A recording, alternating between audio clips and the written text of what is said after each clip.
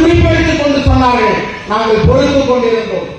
ஆனால் இன்றைக்கு எந்த தலைவன் எங்களை வீதியிலே நடக்க உரிமை வாங்கி கொடுத்தாரோ, எந்த தலைவன் எங்களை பேசுவதற்கு உரிமை வாங்கி கொடுத்தாரோ, எந்த மாநில அரசு என்று இந்தியா முழுவதும் திராவிட மாடல் அரசை தூக்கி வைத்து கொண்டாடுகிறதோ அதற்கு கருவூலமாக இருக்கக்கூடிய எங்கள் தந்தை பெரியாரை இடித்தும் பழித்தும் பேசுவோம் என்றால் உன்னை தமிழ்நாட்டிலிருந்து ஓட விடுவதுதான் எங்களுடைய முதல் வேலை. ஐயா சீமான் அவர்களே, வயிற்றுக்கு உணவளிப்பவர்களை கூட நாங்கள் பொறுத்துக் கொள்வோம். இந்த பொருளுக்கு ஆசைப்பட்டு வாயளிக்கின்ற உங்களை கட்டுமரம் ஏற்றுவோம் என கூறி அன்றைக்கு நீங்கள் ஒரு சினிமா நடிகராக ஈழத்திற்கு போனீர்கள்.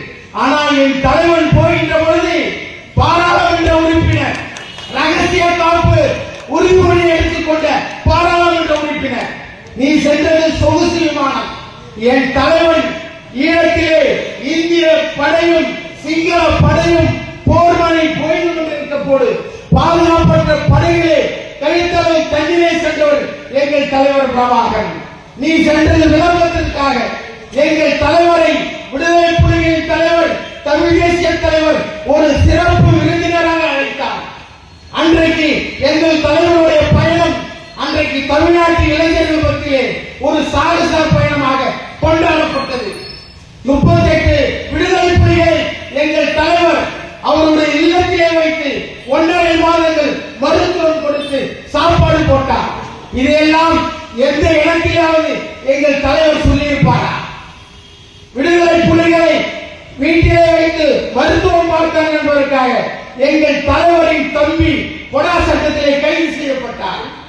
அது மட்டுமல்ல, விடுதலை புலிகளை நேற்றும் ஆதரித்தேன், இன்றும் ஆதரிக்கிறேன், நாளையும் ஆதரிப்பேன் என்று சொல்லி பாராளுமன்றத்தில் பேசிய அதே பேச்சை மதுரை திருமங்கலத்தில் பேசியதற்காக கொடா சட்டத்திலே 1.5 ஆண்டு காலம் எங்கள் ஐயா சிறைச்சாலையிலே இருந்தார். தடை செய்யப்பட்ட இயக்கங்களை ஆதரித்து பேசுவது என்பது தவறு இல்லை என்று நீதிமன்றத்திலே வாதாடி கருத்துரிமைக்கு காப்புரிமை வாங்கி கொடுத்தவர் எங்கள் தலைவர்.